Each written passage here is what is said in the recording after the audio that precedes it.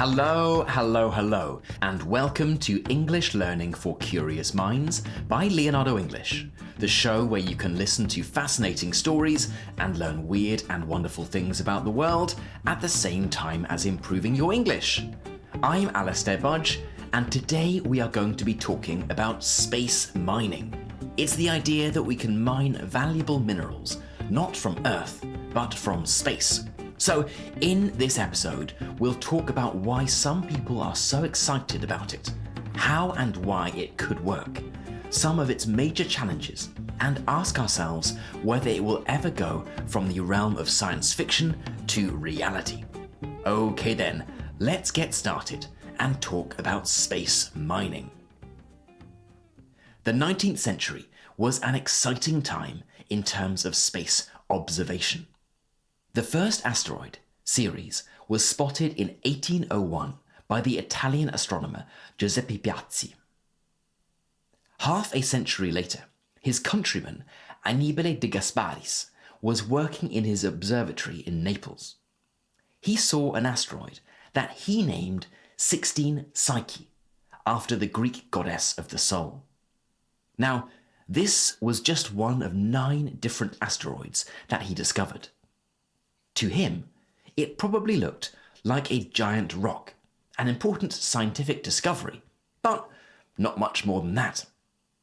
However, modern astronomers believe 16 Psyche to be immeasurably more valuable than was first thought. To be precise, this asteroid is thought to contain precious metals worth $10 quintillion. A quintillion might sound like a made-up number, something that a child might say, like a gazillion or a bazillion, which I should add are not real numbers. But a quintillion is not made up. It is just so big that you've probably never heard of it. 10 quintillion is 10 followed by 19 zeros. Or, to put it another way, it is 10,000 trillion. 100 times the value of the entire global economy. And it is right up there, in space, floating around with nobody guarding it. And not just 16 Psyche. There are millions of asteroids, some large, some small, many of which are believed to contain enough precious minerals to supply humanity for literally millions of years. So, what if there were a way to go up there and simply take them? This is the story of space mining, or asteroid mining to be precise.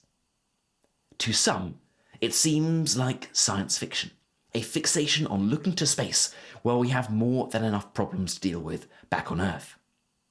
But to others, it is something that can and will become reality, and a way to solve many of the problems we have on Earth by taking what already exists in space.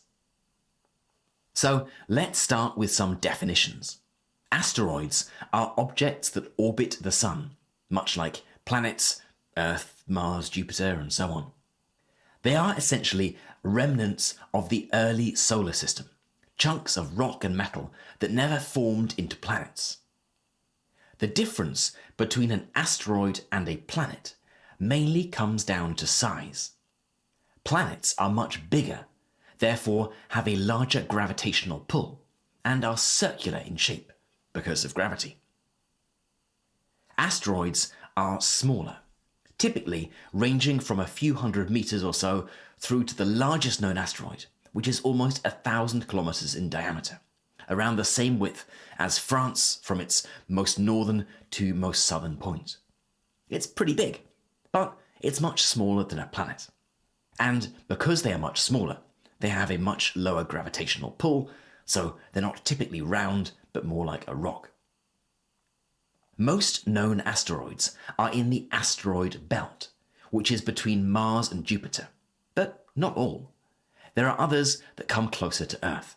Some come too close, like the one that is thought to have hit Earth and wiped out the dinosaurs 66 million years ago. Fortunately, we humans are better than dinosaurs at spotting potential threats in the sky. So In the event of an asteroid looking like it was on a collision path with Earth, we would know about it pretty quickly and be more capable than a diplodocus of changing its trajectory. So, we know where asteroids are, and because they orbit the Sun, it's fairly easy to model their position at any point in time. And while 19th century astronomers might not have known much about the consistency of an asteroid, or what it is actually made out of, we now do. Some asteroids are thought to contain incredibly high levels of precious metals. When the solar system was formed, heavy elements like gold, platinum, nickel, and iron were distributed throughout the massive cloud of gas and dust that eventually became the Sun and the planets. These elements were created during supernova explosions and collisions of neutron stars, cosmic events that forged the universe's heaviest and most valuable materials. When the solar system began to take shape, gravity caused much of the heavy material to sink towards the cores of the newly forming planets. On Earth, for example, most of the gold and platinum we know of is thought to be buried deep within the planet's core, out of reach for humans. But not all of this material ended up inside planets. Some of it remained as loose chunks of rock and metal scattered throughout the solar system, what we now call asteroids. These asteroids are essentially the leftover building blocks of planets, and many contain high concentrations of metals that didn't make it into planetary cores.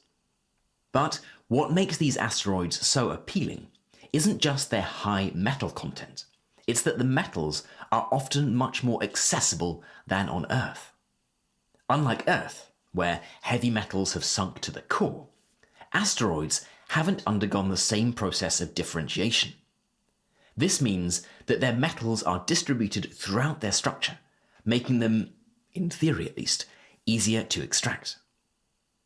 As I'm sure you'll know, mining almost anything on Earth, and especially mining precious metals, is a dirty, intensive, and expensive activity, often carried out by people, sometimes even children, working in pretty awful conditions. Cobalt, for example, is a vital part of electric batteries, and 70% of all cobalt is produced in the Democratic Republic of Congo. And conditions in the Congolese cobalt mines have been likened to modern-day slavery. Cobalt and Congo are just one example. Getting anything out of the Earth's crust is an intensive, polluting process. So, wouldn't it be better, the argument goes, for us just to take it from an asteroid? There would be no pollution, no child labour, and no destruction of forests to make way for the mines. In theory, it all sounds very positive.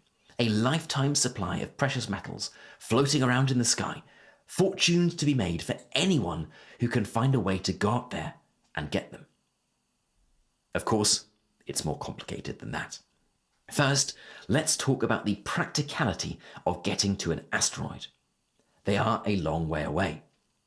In late 2023, NASA did actually send a mission to the asteroid Psyche, the one I mentioned at the start of the episode. Its scheduled arrival date is 2029, so it will take 6 years for it to get there. It's travelling at something like 50,000 kilometers an hour, incredibly fast by Earth standards. The problem is that it needs to travel almost 500 million kilometers to get there. And it isn't on a space mining mission, but rather a fact-gathering one. No spacecraft has ever been to Psyche before, so the plan is to go and observe it. Given the cost of getting to an asteroid, any mission needs to be fairly sure that it will find what it's looking for. And given that not all asteroids are created equal, some are rocky, others are icy, and others contain high levels of precious metals, you need to send a fact-finding mission first before committing to a mining mission. Now, let's talk about costs. A large proportion of the cost of any space mission is getting out of the Earth's atmosphere and then returning safely. Sending something to space is expensive, but it is considerably cheaper than it used to be. During the first 30 years or so of space launches, it would typically cost in the region of $25,000 per kilo to send something to space. But some projects were upwards of $100,000 per kilo. Companies such as SpaceX have been hyper-focused on reducing the cost of going to space, so that it now costs around $1,500 per kilo. But with reusable rockets and increasing efficiencies in every part of the launch process, there are some estimates that this could be brought down to around $10 per kilo, less than it would cost to send a 1 kilo parcel within the UK. So yes, going to space, and therefore getting to an asteroid, is very expensive. But while a few decades ago it would have been so expensive that it simply wouldn't have been economically viable, now it very well might be. So let's assume that costs have gone down to such an extent that the first asteroid mining mission is ready for liftoff. How would it work? Well, there are several fundamental differences between Earth and space that mean an asteroid mine certainly wouldn't bear much resemblance to any mine on Earth. Obviously, there is the problem of how to get all of the equipment there. So it simply wouldn't be possible to boost large trucks and heavy equipment into space. And anyhow, this kind of equipment would probably be of little use on an asteroid. There is no gravity on an asteroid, so everything would need to be tied down to the asteroid. Most probably, there would be some kind of great canopy, a tent-like structure that was put over the area that was being mined. Otherwise, all of the dust and precious metals would simply blow away into space. And in terms of the mining process, there are several different ideas about how this could work. Perhaps it would be lasers that would vaporize material, robotic arms that grind and collect it, or even specialized bacteria, as they do in terrestrial biomining, that break down rock and release valuable metals like nickel or cobalt. Another significant challenge is that asteroids typically rotate, often unpredictably and at varying speeds. This constant movement makes it very difficult to safely land equipment, maintain stability, or accurately mine materials. To address this, the mining team would need to find some way of stabilizing the asteroid, keeping it in position. Maybe this would be using thrusters to slow or stop its rotation. Maybe it would be by using large nets or tethers to anchor it, or by synchronizing mining tools to match the asteroid's rotation. And then there is the question of who would work on the mine. This is not a question of whether there would be thousands of astronauts with hammers and shovels physically digging the surface themselves and lugging large sacks back at the end of the day, but rather whether the mine would be 100% automated, controlled from back on Earth, or from a space mission closer to Earth, or whether there would be human astronauts monitoring the situation from the site, just in case anything went wrong. And there is also the legal question. One of the very first episodes we ever made, more than 5 years ago now, was about the question of who owns space. 5 years on, that question still remains largely unanswered. The first principle of the 1967 Space Treaty is, and I'm quoting directly, "The exploration and use of outer space shall be carried out for the benefit and in the interests of all countries and shall be the province of all mankind." And it is shortly followed by, "Outer space is not subject to national appropriation by claim of sovereignty, by means of use or occupation, or by any other means." In other words, nobody owns space. But there is a grey area over what this means in terms of asteroid mining. If a company successfully mines an asteroid, who owns the minerals they mine? Is it a bit like fishing, where any boat can fish in international waters, and they are free to use and sell what they catch? Or is it not? In 2015, Barack Obama signed something called the Space Act, which gives US citizens the right to engage in the commercial exploration and exploitation of space resources, including water and minerals. In other words, US citizens can do it, according to US law at least. But how does this law play with international law? It hasn't been an issue so far because nobody has done it. But if asteroid mining turns from the theoretical to the practical, it is a question that will need to be addressed. Now, let's assume that it is addressed and that companies are able to build cost-effective ways of getting mining equipment to space and successfully mining an asteroid. What happens next? Well, there is also the question of where the minerals go. One option is to bring them back to Earth and use them here. We need the minerals found on asteroids, especially the platinum group metals. We need them here on Earth for everything from batteries to solar panels to electric cars. So there is a clear demand. Whoever can bring them back cost effectively will become spectacularly wealthy. But the other option is to leave them in space for use in space. The more activity there is in space, the more stuff is needed. And this currently all needs to be brought from Earth and then sent to space, which is expensive. No matter how plentiful and cheap something might be on Earth, in space it suddenly becomes very expensive. One obvious example is water. A kilo of water might be practically free on Earth, but taking a kilo of water to space costs the same as taking a kilo of anything else to space. And in space, water is incredibly important and in short supply. Water is needed to keep astronauts hydrated, as well as for cooling and regulating the temperature of a spacecraft, and as a radiation shield. But perhaps even more important than this are the component parts of water: hydrogen and oxygen. The oxygen can be separated from the water and can be used for breathing on a spacecraft. Liquid hydrogen and liquid oxygen are the primary propellants of many modern rockets. So if water can be found on an asteroid, for example, it becomes incredibly valuable. There are no petrol stations in space. All fuel needs to be brought up from Earth. But if a source of water, in the form of ice or water-rich material, could be found, and this could be processed in space into rocket fuel and left in space where it is most useful and valuable, then this would be like a petrol station in space.